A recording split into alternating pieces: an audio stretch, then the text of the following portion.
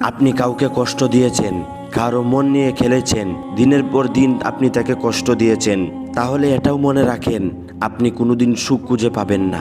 কারণ যে ব্যক্তি কাউকে কষ্ট দেয়, সেই কষ্টের কথা স্মরণ করে সে যদি আল্লাহ তাআলার কাছে প্রকাশ করে, আপনি কোনোদিন সুখী হতে পারবেন না। কারণ এটা রুহের একটা কষ্ট।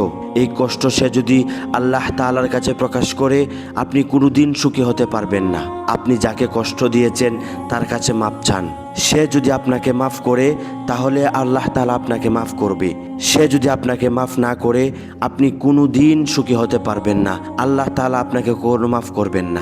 এই জন্যই আমরা জীবন চলার পথে অনেক মানুষের সাথে আমাদের উঠা বসা হয়, অনেক মানুষের সাথে আমাদের গভীর সম্পর্ক হয়ে যায়। কোনো এক কথার কারণে আমরা তাদেরকে কষ্ট দিয়ে থাকি, তারা অনেক বেশি কষ্ট পেয়ে যায়। এই কষ্ট যদি আপনি কোনো সময় কাউকে দিয়ে থাকেন, সাথে সাথে আপনি তার কাছে মাপ চাবেন।